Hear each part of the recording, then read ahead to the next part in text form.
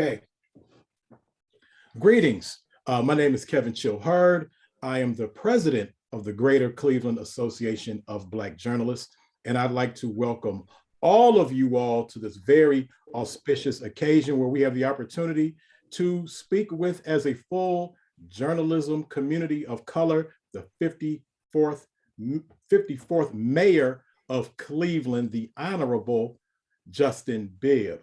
I'd like to briefly tell you the mission of the GCLEABJ chapter is to serve and strengthen the community by honestly reflecting the past, accurately reporting the present with perspective, and providing support, inspiration, and fellowship opportunities to journalists of color.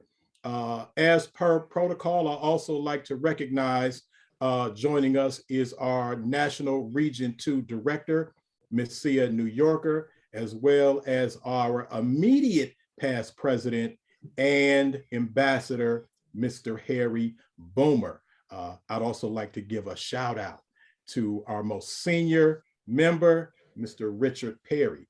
Without further ado, I'd like to toss to our collaborative partner who will introduce her organization and give you the agenda, Ms. Roselyn Muniz.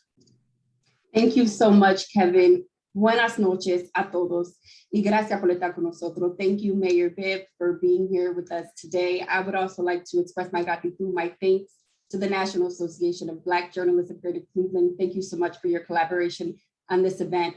But before we begin with questions, I would just like to tell you a little bit about our association, Mayor Bibb. Our association, the National Association of Hispanic Journalists, Greater Cleveland, consists of over 15 journalists from Cleveland. We have Clevelanders and journalists from all over Latin America and the Caribbean. We have Clevelanders and journalists from Puerto Rico, La República Dominicana, Mexico, Uruguay, and the list goes on. Our mission and our goal is to empower current and aspiring Hispanic journalists to make sure that there is accurate and fair coverage on the Latino Hispanic community and to share employment opportunities among our membership. So thank you so much, Mayor Bibb, for being here tonight and allowing our members to have a moment with you to talk about the importance of our community. So I will start with the first question. So my first question to you, Mayor Bibb, is the Latino Hispanic community represents 13% of the population here in Cleveland. How would you make sure that city information is multilingual and accessible for all, so Hispanic residents and all residents can access information easily? Well, first I want to just thank everyone for having me on this evening for this important discussion. I'm really excited about this question. You may not know this, but in my cabinet, in my administration, we've hired several members of the Latinx community to be in my cabinet. And I think that lived experience is critical to inform the policies and practices that we will execute upon as our administration takes shape over the next several years. I would also say just last week, I had a really good conversation with Councilwoman Jasmine Santana, and she also is really on the front lines of this issue, being the only Latinx member of City Council right now. And many of the folks in the Latinx community are going to Councilwoman Santana with issues, particularly as it relates to translation. And so my administration intends to work with Councilwoman Santana, but also Global Cleveland as well too, to build a robust multicultural hub so that we can prioritize bilingual information for all of our residents. We have a very diverse culture in Cleveland, from Spanish to Swahili, right? And so it's critical that we ensure that everything that we're doing can be centered upon making sure that every resident has access to the pertinent information they need in their own language. Thank you. Do you know how long that might take, or I do not know how quickly it will take. I know that at the city level, but also within public safety, there are social media channels in Spanish. I know that we made some strides in public health to ensure that all public health information, particularly as it relates to COVID-19, is translated in Spanish. but we have a lot of work to do as a city to ensure we have bilingual access to information for all of our residents beyond just Spanish as well too. Thank you, Mayor Bibb. Kevin? Yes, again, thank you for being here with us, Mr. Mayor. Certainly this is maybe unprecedented. So congratulations to you. And again, thank you for being here. My first question is, during the campaign, you often talked about transparency in City Hall.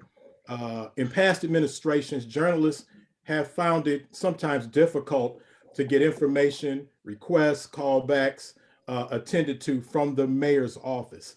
How will this be different now during your administration? And since we have all of our journalistic people here, who will be our contacts? Well, I think my chief of communications, Sarah Johnson, is on the Zoom this evening, and she will be one of your main points of contact. We are currently building out our entire comms office as we speak. We'll be hiring for a press secretary and a few more other hires as well. And I'll tell you this, me being on this Zoom call this evening in my 4th week in office really is a testament to my interest in making sure I'm an open, honest, transparent mayor. You know, my law director, in conjunction with Chief Johnson and her team, have been trying to accelerate many public records requests that were backlogged from the prior administration. And so I've done many interviews already since we took office in January, and we want to be an open and honest, transparent administration, and we want to have a good, productive relationship with the media. Because look, I truly believe that the media is the 4th branch of government. And without a robust media, we don't have a robust, engaged democracy and citizenry. But it's also important that we also really tell the right stories. And I think that if we can work together in a productive way, we can get more residents engaged about what's happening at City Hall and be very critical about what's working, what's not working, and being open and honest about the facts. Thank you. Roselyn. So, Mayor Bibb, you also mentioned that you have a COVID task force and you do have Latinos that are on that task force. I do. Can you tell us what steps, what events, or what can we expect from this task force to make sure that Latinos, Hispanics, and of course, everyone in Cleveland has accurate and up-to-date information on vaccines and COVID-19? So we launched our task force the 2nd week in office. We had our first meeting as well several weeks ago. And the mandate that we have right now is twofold. Number one, we must do a better job in this city of boosting vaccination rates. Right now, only 45% of our residents have gotten the vaccine. That's not good enough. And I've given the broad mandate to the task force to work with my administration to try to increase that to 60% over the next year. We're going to be making some, I think, pretty exciting announcements next week with some key local players from the Cavs and the NBA and faith and clergy and other grassroots community leaders to really work at the grassroots level to boost vaccination rates, particularly in communities of color, first and foremost. Secondly, you know, we also have to do whatever we can from a public health perspective to mitigate the spread of COVID-19. And so that's why we've executed a mask advisory until the end of January. We're going to reassess that in the next couple of days. And we're also encouraging everyone to get high quality masks as well too. And we need to do a better job of having testing available, particularly at the neighborhood level, to ensure that folks are testing when they do experience symptoms, so we can get ahead of high transmission rates, particularly in communities of color across the city. Thank you. I would like to take a moment to let our audience know that we'll be taking questions from you in just a few minutes. So please get ready to press the raise the hand button for those questions. But now I'm going to toss it back to Kevin. Thank you. Also, during the campaign, Mr. Mayor, you talked a lot about not seeing cranes and new brick and mortar on the east side. In particular, you spoke about Lee Harvard and other southeast side communities. Now that you are the mayor, what can those east side, southeast side, in particular Lee and Harvard, expect from your administration on new buildings, new structures, new infrastructures, new businesses being created in those southeast side and east side neighborhoods? Well, throughout the campaign, I made a pretty bold commitment of trying to raise $5 billion of private or public sector capital over the next 10 years for the southeast side. And for folks that don't know, those include the areas of Mount Pleasant, Lee Harvard, Buckeye, and Union Miles. And it's critical that we have a focused, targeted investment strategy for those neighborhoods, because in many cases, that part of the city has been forgotten decade after decade after decade.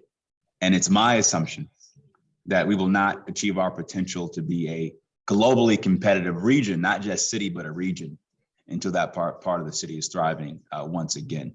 And so we've already made progress on that. Just yesterday, I announced a investment from Huntington Bank to have an entrepreneur in residence working with my administration to support Main Street businesses in the commercial corridors of Lee Harvard, Union Miles, and Mount Pleasant. We're also very focused on supporting the Shaker Square development as a key anchor in Cleveland Southeast Side. And many of you may have heard the news about Intel going to Columbus. And what you're seeing right now in this economy is what others are calling the COVID calibration, where a lot of investment from the coast is starting to come back to the Midwest. And when you think about land availability, access to talent, access to transit, I think that our city, particularly in the east side, could be well positioned for that investment with the right strategy. So we're trying to run as quickly as we can to raise that capital and get money on the street. We got a long way to go, but we're building the early building blocks for that to become a reality relatively soon. Thank you. Roselyn. Mayor Bibb, do you have a plan set in place to make sure Hispanics and people of color have access to city jobs and the city's workforce? Yeah, one of the campaign commitments I made was bringing in a lead equity executive as part of my cabinet in my administration. We've hired Ricardo Leon, the former executive director of the Metro West CDC, to take that role in my administration. It's going to be his responsibility to work with my chief of HR to ensure that we prioritize equity, inclusion, and diversity, not just among City Hall employees, but how we contract and procure goods and services. You know, I was just in a Board of Control meeting yesterday, and the fact that we continue to waive set aside obligations for minority-owned businesses because we make the excuse to say we can't find a minority-owned business, that excuse can't suffice anymore.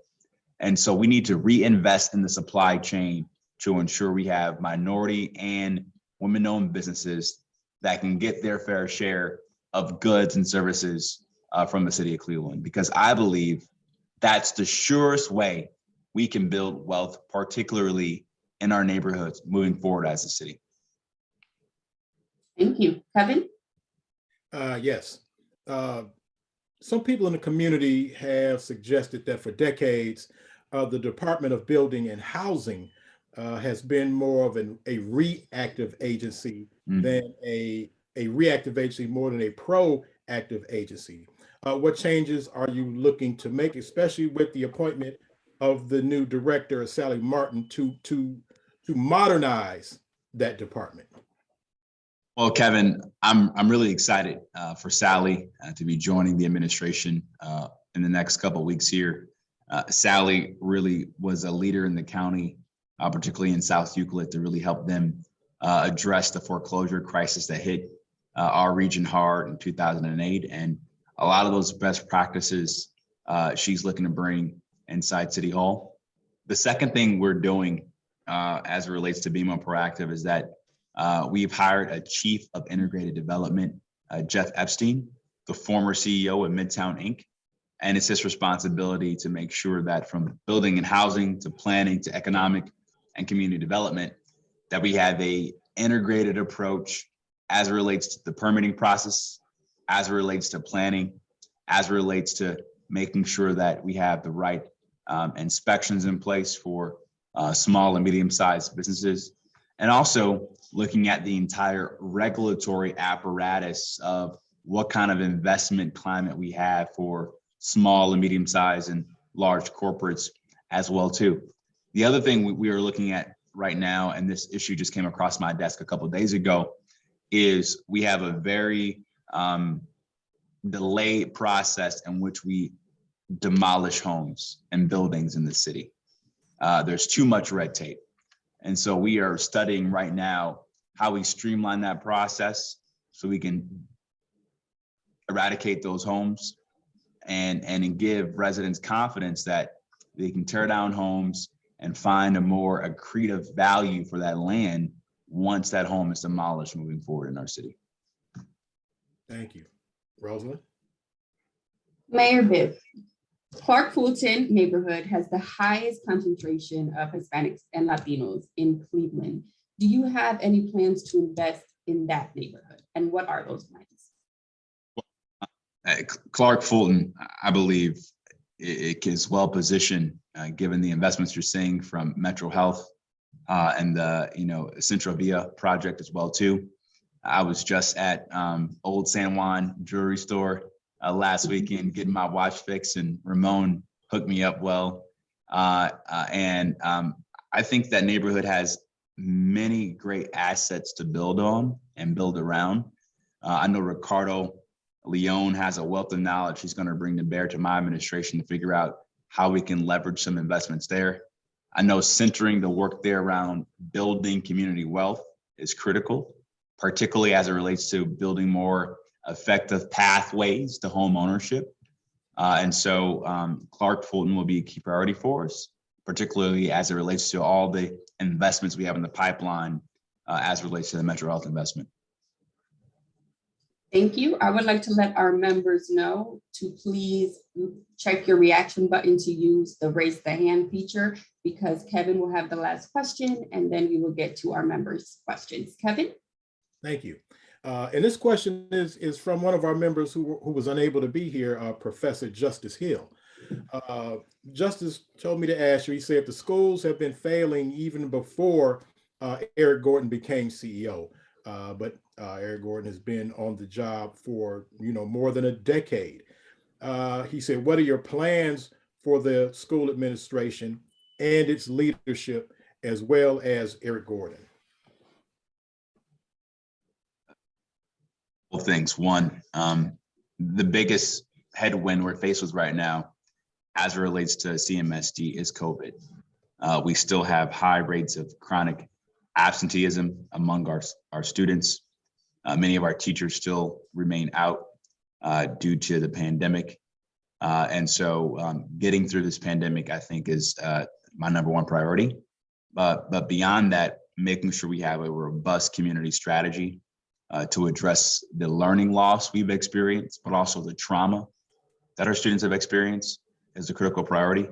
A couple of things we're trying to do to get ahead of that. Number one, I'm bringing on not only a chief of education in my cabinet, but also a chief of youth and family success to really look at the conditions of a child from birth to career, right? And those same conditions for his family. So I'll give you an example. Right now, when CMSD closes, many of our rec centers and pools aren't open. So we need to look at every city asset to ensure that it's aligned by meeting the whole needs of our children. The other thing we intend to do is we intend to have a robust out of school time and after school time program for all of our children across the city. And as a city, we must do a better job of getting ahead of the future of work, because not every kid's going to go to college. So investing in year-round apprenticeship and internship programs will be critical to make sure that our children can compete and get the jobs of the future right here in Northeast Ohio. Right. And just to, to give Professor Hill's question its due, have there been any decisions made on the CEO? Thank you. Roselyn, I believe you're going to toss to Russ Mitchell. Yeah. Yes, thank you, Mayor Bibb, for your time with us. And now we're going to get to the questions from our membership. And for that, I'm going to toss it over to Russ Mitchell. Rosie and Kevin, thank you so much. Mayor, once again, thanks so much for participating and letting us ask questions to you tonight. This is fantastic. It's a great opportunity for all of our members. What I'm going to ask members to do, and I see some of you are doing it now, please push the raise your hand icon, and we'll get to your questions in just a minute. Can I ask you to please make your questions brief and don't make a statement. I want to get to as many questions as we can. I'm going to start with one question now as I look around the room right now. Mayor, let me ask you, you of course just come off a rough and tumble campaign. What grade would you give the media in the way it handled the campaign, covering the campaign, A through F? What would you give us? That's a really good question, Russ.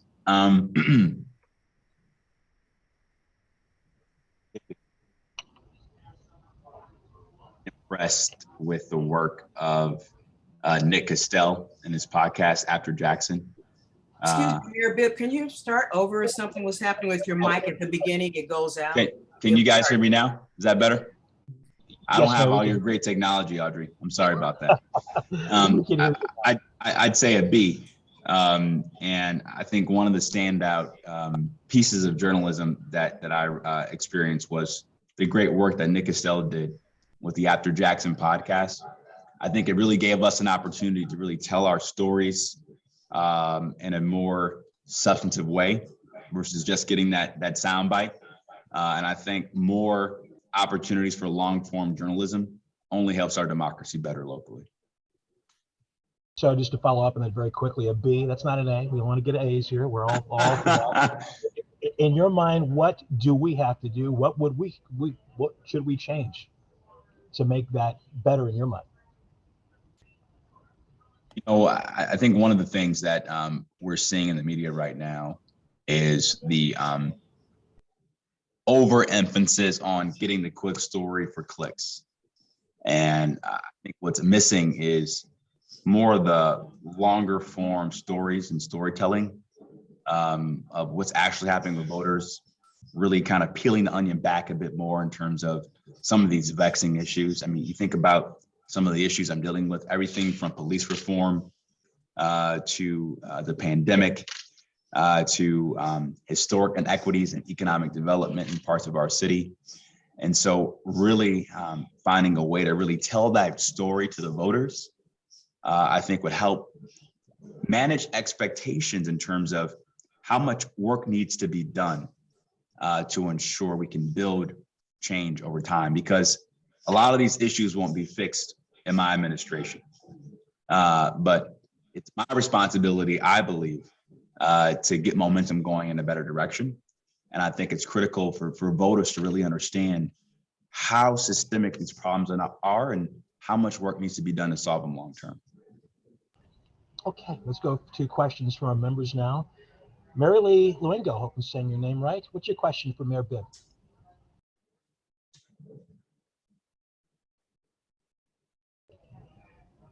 Mary Lee Luengo, can you hear me? Okay, we're gonna come back to you. Claudia Longo, can you hear me? Go ahead, Claudia.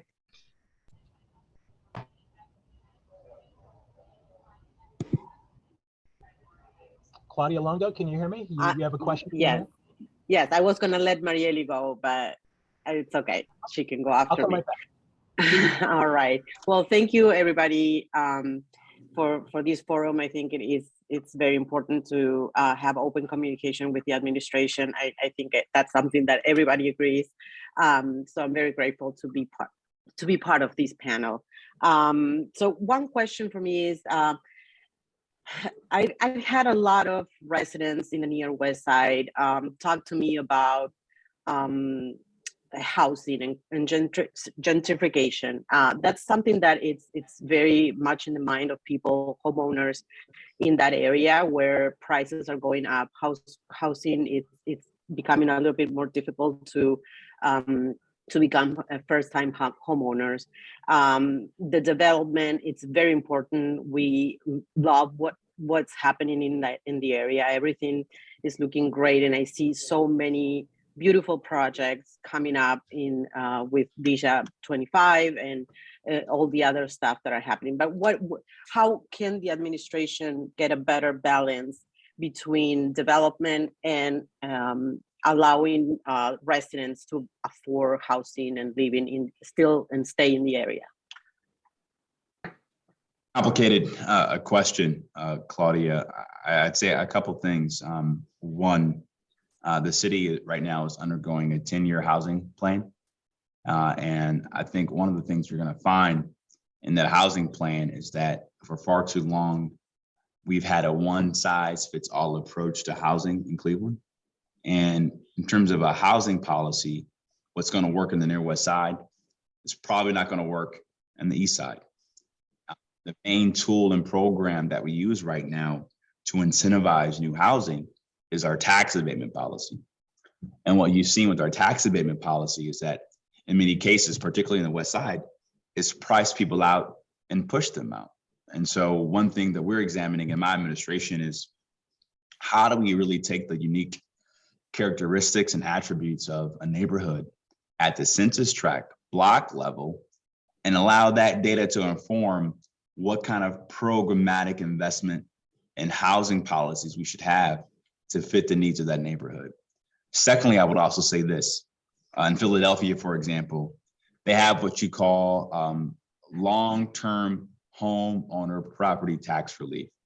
So what that does, essentially, it says, look, if you've been fighting a good fight for a long time, we will cap your property taxes so that you can stay in your home and retire and live with dignity. That's something we should explore, I believe, in Cleveland, because for a lot of seniors I talk to, particularly on the West Side, they can't live in place and retire in place and age in place. That's a problem. And so structurally, I think from our tax abatement policy to exploring long-term homeowner property tax relief, but also, making sure that when it comes to economic and community development in Cleveland, we can't continue to have a one-size-fits-all approach. And how we make investments must speak to the unique conditions at the block level to meet the needs of those respective neighborhoods. Mary Lee, I'll come back to you later, but Greg Lockhart has a question. You're next. Greg, what's your question for Mayor Bibb? You're on mute, Greg.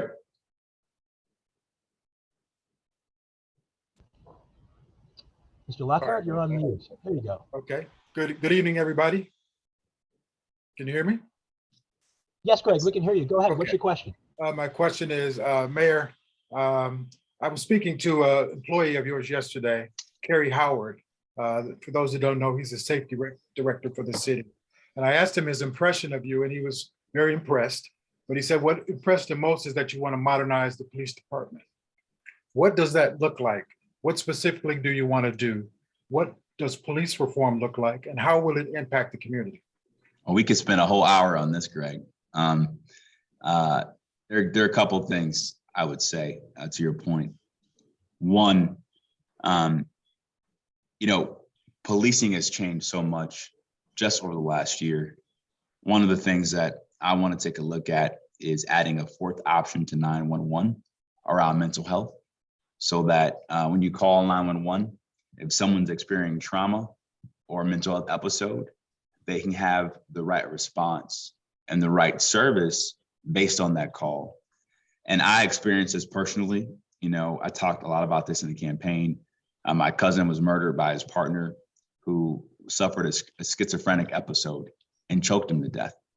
And it took EMS over 45 minutes to show up. Now, if my cousin could have called 911 and said, hey, my partner's going through a mental health episode, my cousin's life probably could have been saved. I would also say that there is a lot of utility in the sharing of information, particularly as it relates to our cameras.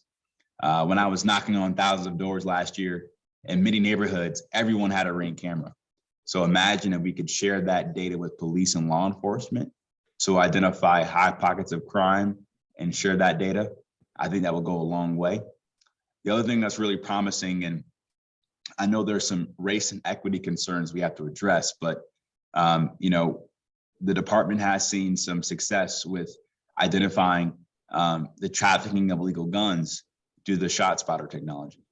It's helped save lives, but we need to always address the equity concerns and any civil liberties issues as it relates to any new technology. But I think there's some promising things we can look at and scale long-term. Mary Lee Longo, are you back with us? Going once, going twice. All right, Mary Lee, you there? There we go. Good afternoon, Mr. Mayor Longo. My question is, in a very not factual way, I will declare you the first mayor of Cleveland who know how to use social media. And we cannot be more excited for that. We also know that a lot of what is coming to Cleveland is national ideas. And third, we know that relationship in between media and the office is a marriage, and we're in the honeymoon period. Give us homework, how we can use the new technology, why we should put the spotlight on it, why you would like us to go deeper. The honeymoon period is still going on. We'll see.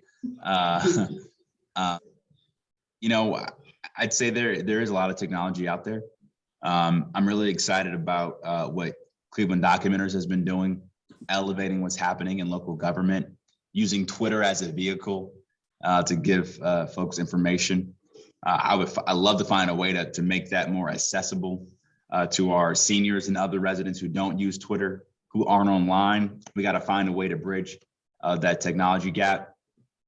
I know Sarah, my chief of communications, Sarah Johnson, and I are really keen on finding ways to make TV 20 more relevant in the 21st century.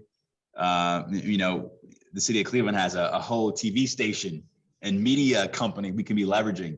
I think there's some immediate opportunities for us to leverage that platform in a way to really talk to our seniors and talk to our residents and really tell their stories as well too. I think we'll be looking across the country for other examples on how we can really modernize our tech to tell the right stories for our residents.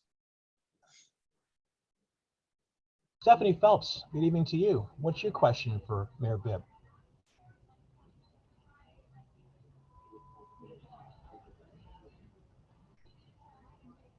Hi, Stephanie, you there?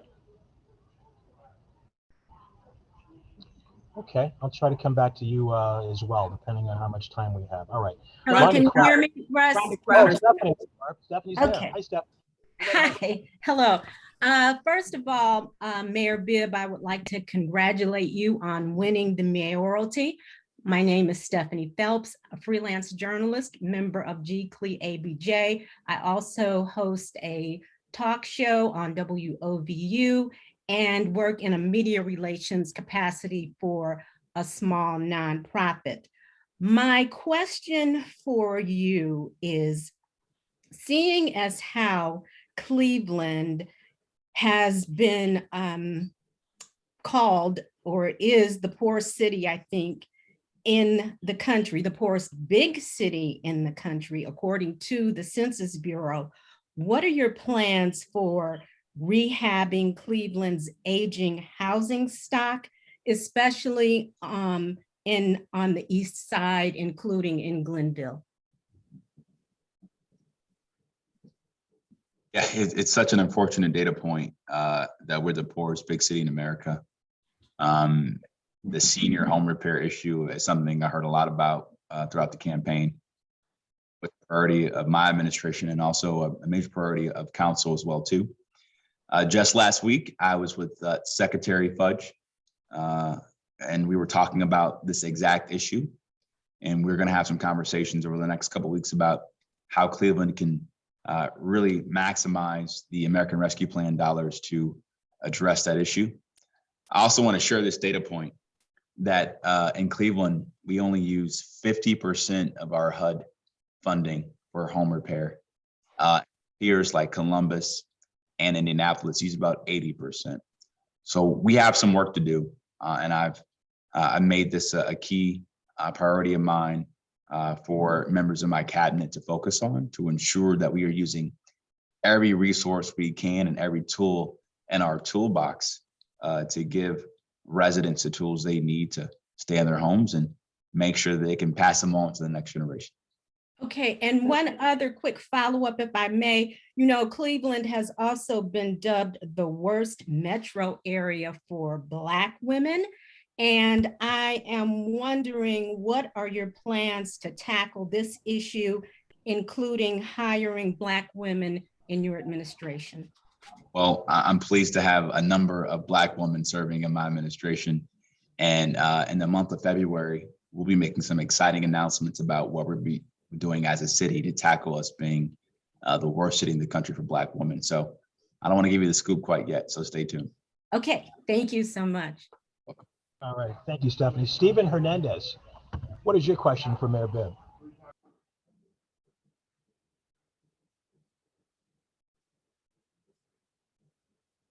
Hi, Stephen Hernandez. Speak now or forever hold your peace. There we go. I'm trying to unmute. There we go.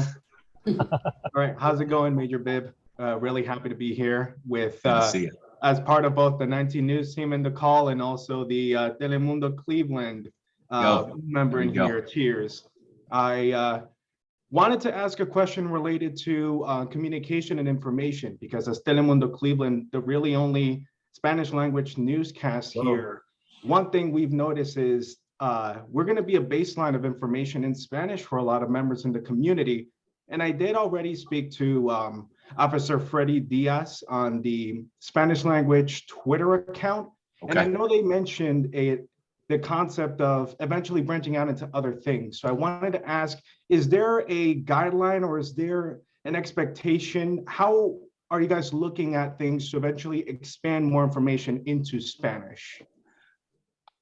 Listen, it is a critical priority for us to be able to do that across all of our channels in the city. I don't have an exact timeline quite yet, but know that as we get our team in place, as we examine what communication personnel and staff we have across the entire government, we will make sure that it's something we tackle and get ahead of. I've already had conversations, as I said in my earlier comments, with Councilwoman Santana about this issue and how we can work with Global Cleveland to create this multicultural hub for not just Spanish, but for other languages as well too. So know it's a priority for us.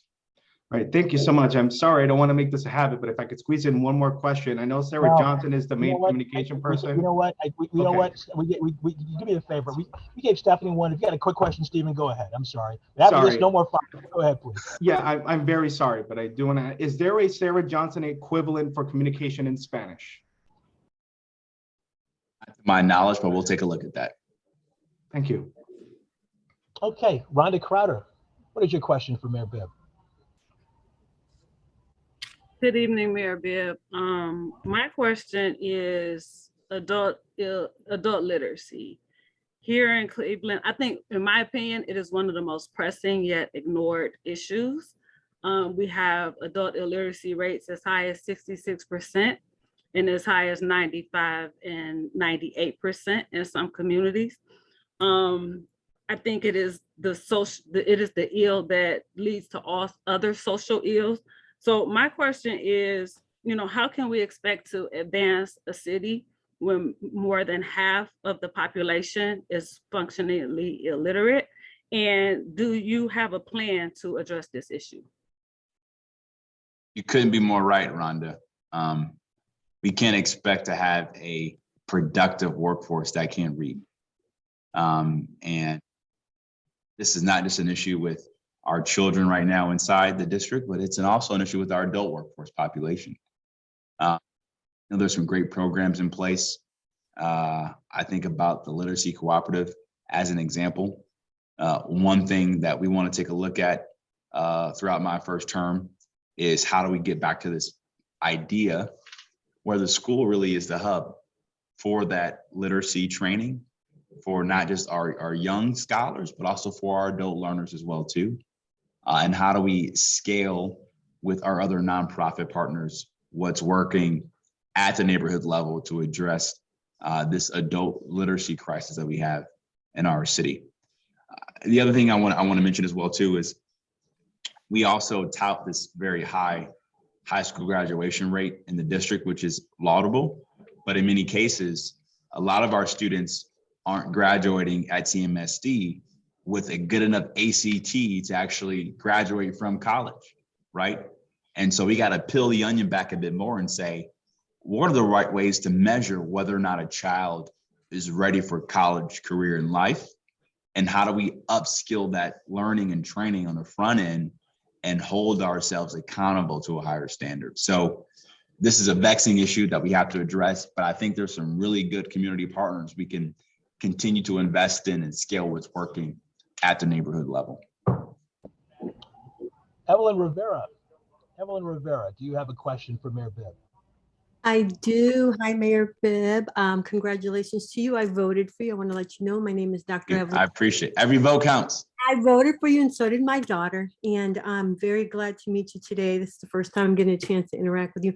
I'm a clinical psychologist here, bilingual. And my daughter's a college student. She wanted me to ask you this question. And she's 21 years old and she's very concerned about the crime in Cleveland. And just I know you have your hands full with everything that's going on in Cleveland, but clearly it's off the hook here what's going on in Cleveland and people being murdered left and right. I mean, it's just, I am born and raised in Tremont. I've never seen anything like what's happened over the last 5 to 10 years here. And so that's one of them. The other one I wanted to add real quickly is the recycling in Cleveland and Cleveland being used as a garbage dump where people just dump their garbage. They get on the highway and throw their garbage as if, and what's going to be done about beautifying Cleveland, because when you come off the freeways, it's just like a garbage dump. So a couple of questions. Sorry, I had to throw them in there. Poverty is a crime. Our health disparities is a crime. The lack of economic investment in many of our neighborhoods is a crime. Fundamental issues have led to folks to, unfortunately, commit crime. And so we're dealing with the aftermath of those consequences. Short term, here's what we're doing. Number one, we are working around the clock to recruit more officers to our department. But I also believe this. We can have accountable and effective policing all at the same time. It's not a false choice. Don't believe when people try to make it a false choice. Secondly, related to illegal dumping, I've been working with my chief of police and chief of public safety to consider adding illegal dumping as a key work stream in our real-time crime unit, so we can track down on illegal dumping. It's a major problem in our city, and we need more code enforcement. That's why we're going to beef up code enforcement and our budget this year in our law department to go after folks who do dump illegally. But as I said before, if we don't get ahead of the root causes, then we'll be at the same place 10 years from now. So it's my job as mayor to try to tackle the short term, but also get to work on these structural causes as well too. And to your point about recycling, our new recycling coordinator is working right now as we speak on getting a new bid for that contract. And the major issue we had in the past was high contamination of what was being recycled. And that speaks to a lack of education with our residents on how to recycle and why it's so important. So we got to get back to the basics. We got to knock on doors and talk about why recycling is important and show folks how to do it, because we have to have curbside recycling in our city once again. We'd love to get 3 or 4 questions in the time we have left. It's 7:46 now. We want to be out of this segment by about 7:55 or somewhere around there. So let me go now to Harry Boomer. Your question for Mayor Bibb. Harry, it's good to see you again. How are you, Mr. Mayor? Thank you for the access. I really appreciate this time.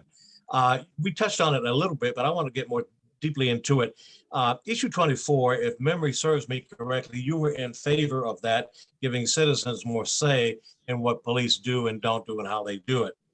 There was a threat during that time when issue 24 was on the ballot here that there would be a mass exodus of police officers. Number one, did that happen? And number two, if that did not happen, what can we do to retain the people we recruit, train, employ, so they don't leave for higher paying jobs in the suburbs? I was talking to a police captain recently who was fairly gleeful about the fact that they siphon off our police department to go work in their suburban communities. That to me seems wrong. Thanks, Harry, for that question. We did not see many folks leave our department after issue 24 was passed, which is a good thing. However, the retention and attraction of our officers remains a major issue that we have to focus on. There are a couple of things we can do. Number one, we need to make our department more competitive in terms of compensation and wages and benefits. We are getting our butts kicked by our suburban and national counterparts when it comes to that, and we're going to work aggressively with our unions to fight for, more competitive pay and wages long term. Obviously, it's going to be a tough budget cycle given the fiscal conditions we're facing out of Columbus and across the country, but we are going to fight to do what we can to make sure we have very competitive wages for our officers, but also hold them accountable as well too. I would also say this, culture. My dad was a cop, and at the end of the day, I know that he loved working for a department that was fair and honest and equitable. And those are the values that I've instructed my leadership to enact as we do the hard work of changing the culture of our department. And that's the work we're working on every day. Anna Garcia, good evening. What's your question for Mayor Bibb? Hi, everyone. Good evening. Can you hear me? Yes, Anna, we can hear you. Let me see if I can. Okay. My question, good evening, Major. My name is Ana Garcia and I'm with Telemundo. And what message would you want us, the journalists, to communicate to the Spanish-speaking community? Something that you feel that's important for them to know about you and to know about your administration. Oh, I would say this is for everybody in Cleveland, that my team is working around the clock to turn the city around, to modernize City Hall, for us to be more responsive and more transparent, and to make sure that we come out of this pandemic and really build the most inclusive economic comeback the city's ever seen. I really do believe that if we can fix some of these issues in Cleveland, then we can truly be a model for the nation. We have a long way to go, but it's gonna take a more collaboration with the media, with activists, with clergy, with our young leaders in our schools to fix these problems. Because if you believe that government can do it alone, we're all mistaken. I think Washington is showing us that government can't fix these problems. But by having a local government that has an open door, that's willing to collaborate, there's nothing that can stop us. If you think about what we've done in just 4 weeks of my administration, we partnered with the Cleveland Clinic and City Council to raise an additional $67 million to eradicate lead paint. We've already laid the foundation to bring back the Southeast side with the investment from Huntington Bank, and we're only 24 days in office. So we are working really hard to serve the residents, but we got a long way to go. Okay, thank you. See a New Yorker, NABJ Regional Vice President. What's your question for Mayor Bibb? Yes, thank you. Thank you, Russ. Hello, Mayor Bibb. Thank you for joining us tonight. Good to see you again. How you doing? I'm good, thank you. I'll be quick. So I'm not sure if you know, this chapter in the city won a bid for our national convention, National Association of Black Journalists, to be here. I was going to ask about that. Yeah, 2025. And I mean, we beat out Philadelphia, we beat out Charlotte, Atlanta, we beat out a lot of cities. And so my question to you is, as we prepare to bring that convention, we're talking more than 4,000 or 5,000 journalists from all over the country coming here to Cleveland. to, gather and fellowship and see our city, how will you be involved? Any way you guys want me to be involved. That's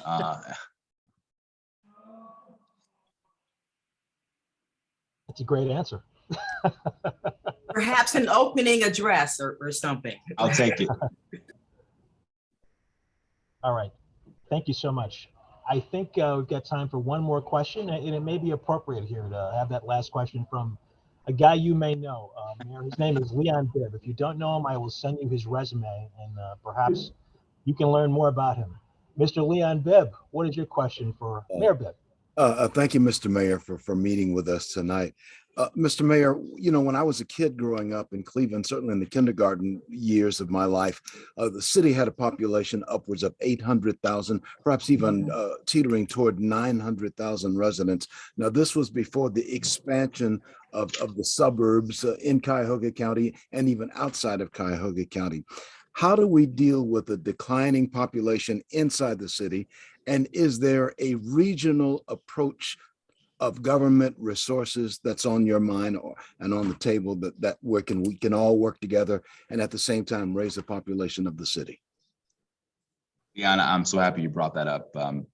This has really been top of mind for me as I'm reflecting on that major deal that just got done in Columbus with Intel. They're setting up shop essentially and going to bring thousands of new jobs to that area. And what we're seeing in the economy right now is, what folks are calling the COVID calibration, where a lot of the investment for the last several decades was concentrated in Silicon Valley in New York, and the heartland was forgotten. But what COVID has shown us is that because of our housing stock, quality of life, cost of living, arts and culture assets, we as a state and as a region could be well positioned to be a driver of the next stage of America's economic recovery. And I believe for far too long in Cleveland, we've had a mindset of managing decline versus how do we grow the pie together.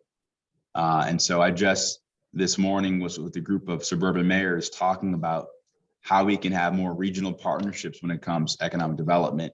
How do we work together as a regional economy better? Because whether you live in Shaker or Bedford or Westlake or Bay Village, when you go out of the state, you don't say you're from Westlake, you say you're from Cleveland, right? And so goes the urban core, so goes the whole region. And so we must all have skin in the game to make sure Cleveland can thrive. And we need to be more aggressive as a city to get on a plane and pitch ourselves to the nation and the world. That's why I was in Washington, D.C. last week, talking to this administration about how we can invest in Cleveland, talking to other companies about how they want to invest in Cleveland. And I believe it's that kind of bold, aggressive strategy we need to make us a globally competitive city to attract hundreds of thousands of new folks back to Cleveland long term. It's 7:55. We have so many people who want to ask you questions, Mayor. I know we're running out of time here, so I'm going to say from my part here, we certainly appreciate you taking the time to talk and answer questions from our membership, and hopefully we can do this again real soon so everybody can get their question in. You up for that? Forward to it, Russ. Okay, Mayor, you stand by. I'm going to toss it back to Rosie and Kevin to close this out. Thank you so much, Russ. Mayor Bibb, thank you so much. Muchas gracias por estar con nosotros en esta noche. Thank you so much for being with us tonight. NAHJ Cleveland is on Facebook. I am the president, Roselyn. So glad to meet you. I hope that we can collaborate on more events. I hope to see you out and about in the Latino community in our events and our outreach programs and everything. I hope that we'll be able to have an ongoing conversation with your administration and with all the exciting things coming up for our city. So thank you so much for being with us and talking to our members. And I would also like to say thank you to President Hurd, his amazing team, Russ, Helen, all the members of the National Association of Black Journalists Greater Cleveland. Thank you so much for allowing me to participate in this event. Kevin? Thank you, Rosie. On behalf of my organization as president of the GCLEABJ, Mayor Bibb, we really appreciate you taking the time to do this. Again, as I said before, this is kind of unprecedented, especially for a new mayor to take the time to address our group, our combined groups. So thank you very much. And to our members who showed up in mass, unfortunately, we were unable to get to everyone's questions, but I really appreciate our combined membership for actually showing up and participating in these great numbers. So, Mr. Mayor, just to let you know that we have so many journalists anxious to talk. Yeah. Well, Kev, I got one request. Next time I come on, you might have to hide that Kappa sign, but that's okay. I put that for you. But no, and on behalf of the Divine Nine, we hope you well. So goes you, so goes the city. Amen. Thank you. The journalists, both of our organizations are here for you. Hopefully, like Russ said, we can continue this dialogue. And again, to all of our members who were unable to get questions in, I think the mayor is agreeing that we can revisit this type of format. So again, on behalf of both of our organizations, we really appreciate this opportunity. And again, thank you to our members, and let's do it again. And thank you, Russ. Great job. Thank you, Russ. Great job. Thank you, guys. Take care. Thank you. Good night, everybody. Good night.